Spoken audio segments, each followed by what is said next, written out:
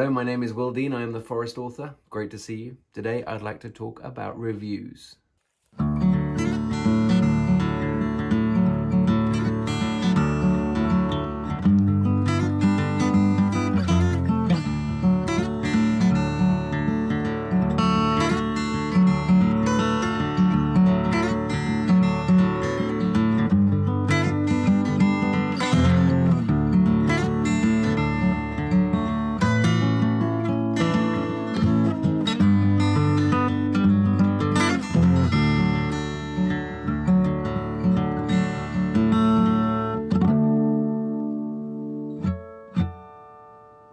So reviews, huh? Welcome back, guys. It's so lovely to see you. Here I am in the woods. Spring is springing. The world is still strange. I hope you're well. I really, really genuinely hope you're well. And I hope your family are well and your friends are well. Look after yourselves. I'm here in the cabin. This is a wooden shack. The wood burning stove in there.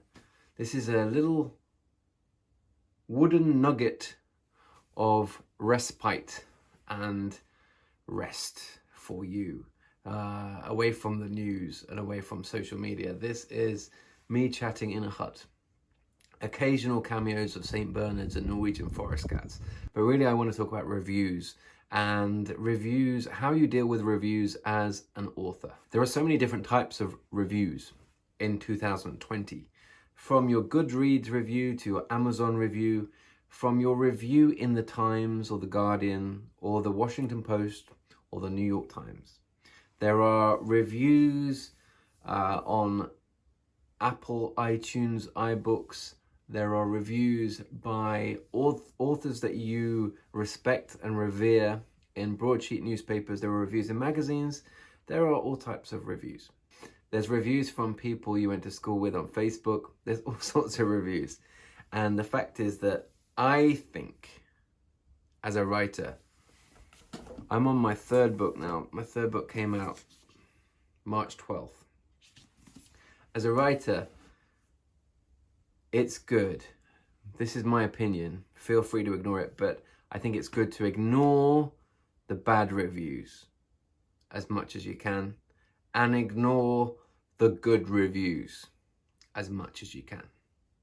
I'm going to talk through that a little bit. So if you get a bad review, if you get a bad review in a magazine, or if you get a bad review in a newspaper, if you get a bad review on Goodreads, which happens a lot, if you get a bad review on Amazon, like, who is this person?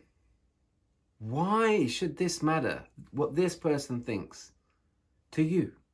You're writing your stories the way you want to write them. Your readers are hopefully enjoying your stories. Do not let a bad review completely stop you and force you to lose confidence. Listen to your editor and your agent.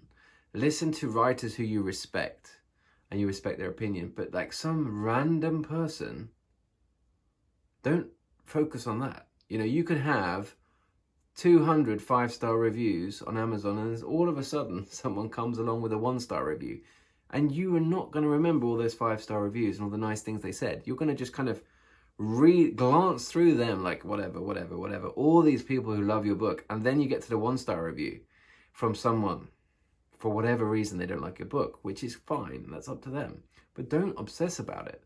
Don't even read it. What are you going to learn from it? Those reviews are for other readers, they're not for you. And anything you can do to protect your confidence as a writer and your self-belief is worth doing. So I think ignore those bad reviews for your own good. And the flip side of that is ignore all the great reviews for your own good as well. Like, don't be tempted to start believing the hype, right? You get some great reviews.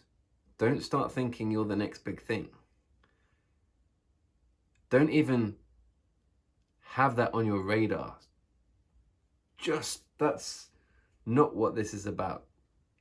I was really lucky with Black River recently. I had a review in the really lovely review in the Financial Times, really lovely review in the Guardian. It was Guardian and Observer Thriller of the Month.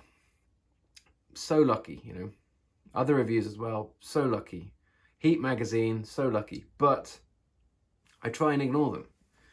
I'm very grateful for them, and I'm glad that they can help readers decide if this is a book that they might want to read. But for me as a writer, I have to detach myself from that and focus on writing the next book and the next book after that and the next book after that.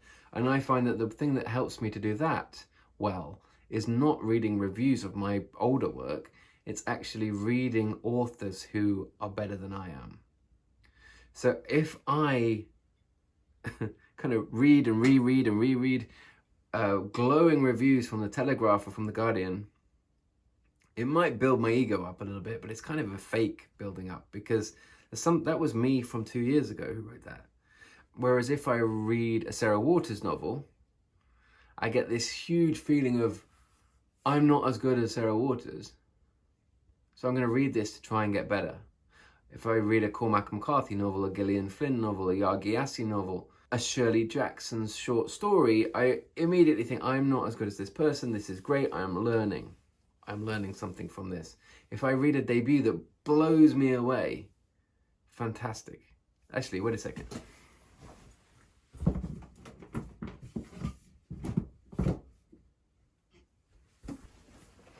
So this debut is called Precious You by Helen Monks Takar. This is not the finished copy, the finished cover. This is a proof cover, an early proof. And I read this late last year, and it blew me away. It's a really shocking book, a really interesting, bold book with a lot of, I think, Gillian Flynn vibes, you know, in terms of like the Gone Girl element of being just very disturbing and shocking and dramatic in a good way and in an authentic way. So Precious You, go look it up. Really good proof, really good debut. What was I talking about? I was talking about not believing your own reviews. So yeah, you like, don't put too much faith in the bad reviews and do not put too much faith in the good reviews. That's not going to steer your career as an author. It's good for the readers, it's good for your career, but you have to detach yourself from that in terms of your process as an artist, as a writer. Your writing process is not really connected to those reviews. Those reviews were your work and your ability and your storytelling 2-3 years ago when you wrote the first draft of that. So, and again, this is just my view, but ignore the good reviews and ignore the bad reviews as much as humanly possible. And when you're a debut, it's not very possible. You read everything. And it's like a dagger in the heart if you get a bad review. And it's huge if you get a great review. But I think after a few books, you start to put less weight on those reviews. You're very grateful because there's not a lot of real estate. There's not a lot of space in those newspapers, those magazines. It's taken someone a lot of effort to put an Amazon review up there, or a Waterstones or a Foyles review or a Blackwell's review for you. So be grateful, but don't be obsessed with it, whether it's good or bad. It's all about trying to improve your storytelling. And that is about noticing things in the world. It's about working on your process. It's about understanding humans more. And it's about reading fantastic books. I think they're the ways that you will get better as a writer, which is what this is all about. It's about year on year, book on book, trying to improve your storytelling skill, trying to work on your craft. And I think reviews don't play a large part in that. I think they're important for readers to find books. I don't think they're important for writers. And that is why I think you should ignore all reviews as much as possible, good and bad. Listen to your agent, listen to your editor, listen to your trusted reader friends or author friends, but do not believe in the hype and do not get shot down in flames. Do not lose all confidence when you get a bad review. This has been Will Dean in the Forest. Hope you're well. Thank you for watching. I'll see you again soon. Bye-bye.